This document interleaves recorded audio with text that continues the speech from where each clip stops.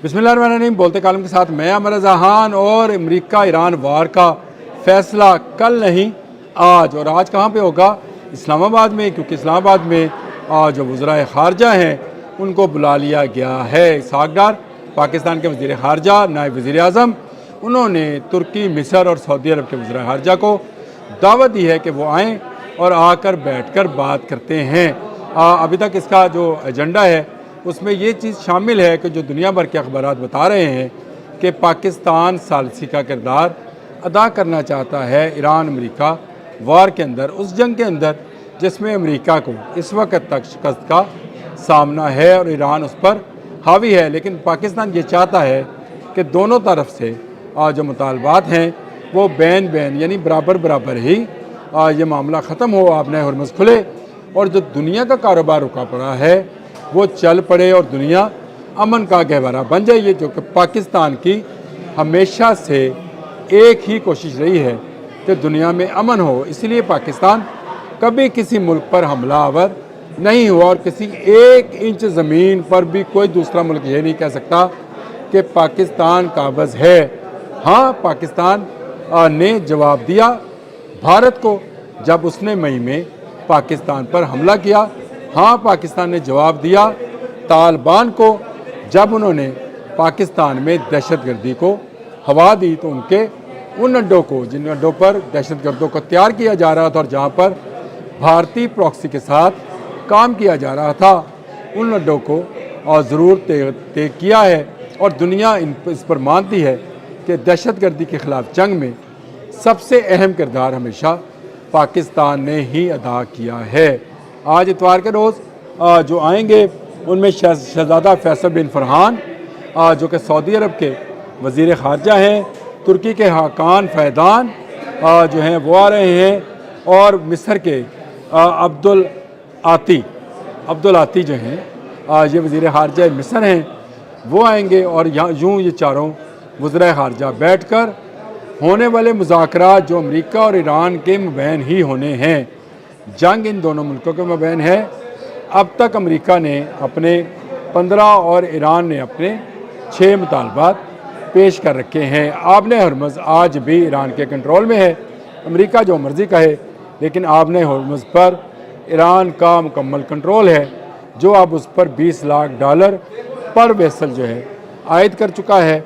और उसका ख्याल है कि अब आबने हरमुज़ से सिर्फ वही जहाज़ गुजरेंगे, या तो उनके दोस्त होंगे या फिर वो जो इत्तेहादी हैं वो $20 लाख देकर जाएंगे। ये वो सूरत हाल है जिस पर ये अहम मीटिंग जो है या अहम इजलास जो है इस्लामाबाद में होना है।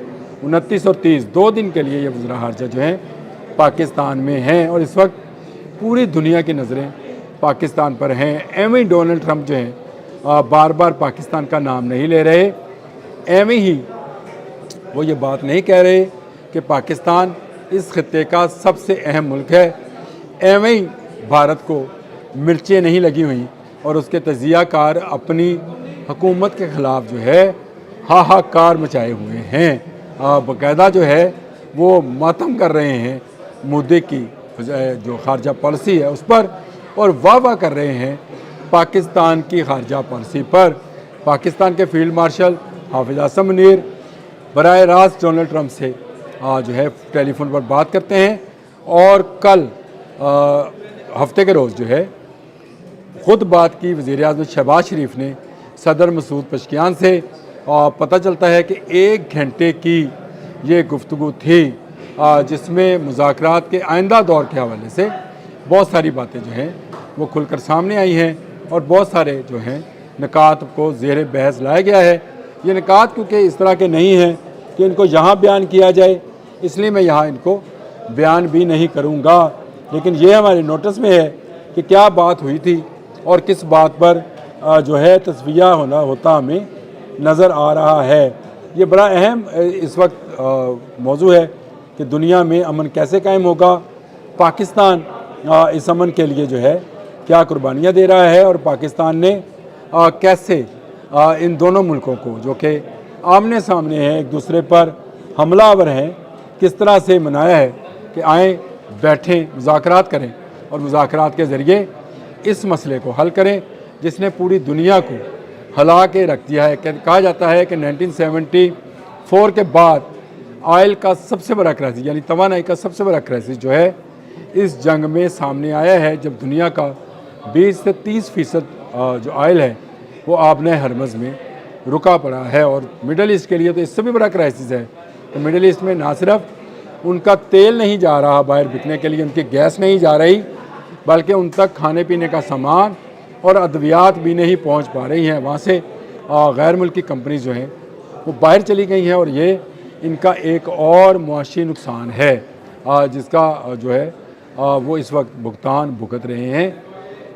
ایران اس جنگ میں جیت رہا ہے، ایران اس جنگ کو جیتے گا، یہ بات ذہن میں رکھیے گا۔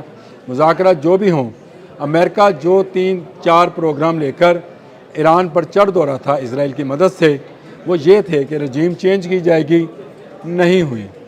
اس کا خیال تھا کہ میزائل پروگرام ختم کر دیا جائے گا، نہیں ہوا۔ آج جب میں آپ سے بات کر رہا ہوں، گزشتہ رات بھی میزائلوں کی بارش جاری رہی ہے، اور تیسرا یہ تھا کہ ان کا ایٹمی پروگرام رول بیک کر دیا جائے، لیکن اب تک یہ پروگرام جو ہے رول بیک نہیں ہوا ہے۔ تو اس کا مطلب یہ ہے کہ ایران اپنا دفاع کرنے میں کامیاب رہا ہے، اور امریکہ اپنے اہداف کو حاصل کرنے میں ناکام رہا ہے۔ اس جنگ میں کامیابی اور ناکامی کا یہی معیار ہے، اسی معیار کو ذہن میں رکھیے گا۔ یہ بات جانے دیجیے گا کہ ایران میں کتنے لوگ شہید ہوئے اور اسرائیل اور امریکہ کے کتنے لوگ جو ہیں جنم واصل ہوئے، کیونکہ یہ جنگ ہے، اور جنگ میں کبھی ایک فریق اوپر ہوگا اور کبھی دوسرا، لیکن ایران نے ایک مرتبہ تو مڈل ایسٹ کے اندر سے امریکہ کا صفایا کر دیا ہے۔ امریکہ کے تمام فوجی اڈے جو ہیں اس وقت لاچاری، بے کسی اور بربادی کی کھلی تصویر بنے پڑے ہیں۔ سیٹلائٹ امیجز پر پابندی لگا رہا ہے امریکہ تاکہ یہ امیجز دنیا تک نہ پہنچیں، لیکن دنیا تک تو ہر خبر پہنچ رہی ہے، اور کسی نہ کسی حوالے سے یہ تصاویر بھی سامنے آ رہی ہیں کہ کیسے امریکی اڈے جو ہیں ایک کے بعد ایک، ایک کے بعد ایک، ایک کے بعد ایک تباہی اور بربادی کا شکار ہوتے گئے۔ تھاڈ کی بیٹریز کہاں کہاں پہ تھیں، تباہ کر دی گئیں۔ بحرین میں موجود وسطی ایشیا کی آنکھ جس کو امریکہ کا کہا جاتا تھا، وہ اڈا تباہ کر دیا گیا۔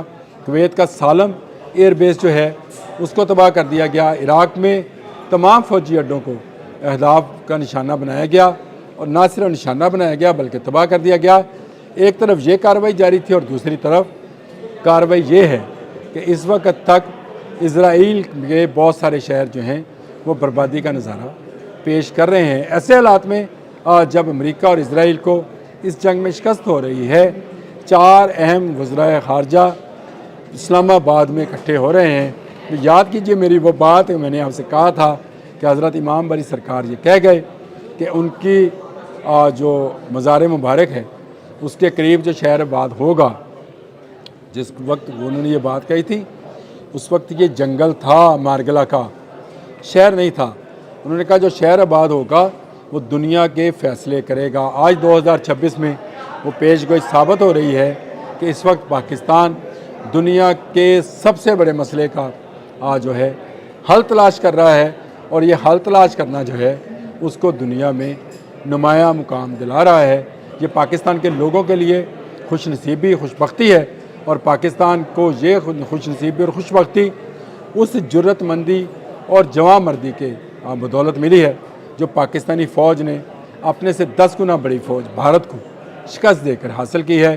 اس کے بعد پاکستان میں پاکستان کی عزت کا گراف ہر آنے والے دن کے ساتھ اوپر سے اوپر ہی اٹھتا چلا جا رہا ہے، اور کسی طور پر بھی ہم دشمن کی بد نظر سے محفوظ ہیں۔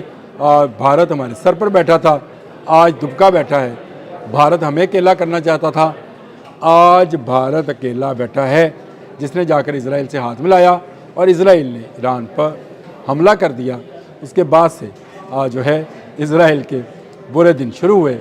آج اسلام آباد میں رونقیں ہیں، دنیا کے 4 بڑے اسلامی ممالک کے وزرائے خارجہ جو ہیں وہ اکٹھے ہیں اور بات کر رہے ہیں کس پر، دنیا کو درپیش سب سے بڑے مسئلے آبنۂ ہرمز کی بندش اور امریکہ ایران وار کے یعنی جنگ کے خاتمے کے لیے۔ یہ کامیابی نہیں تو اور کیا ہے؟ اجازت دیجیے گا، اللہ حافظ.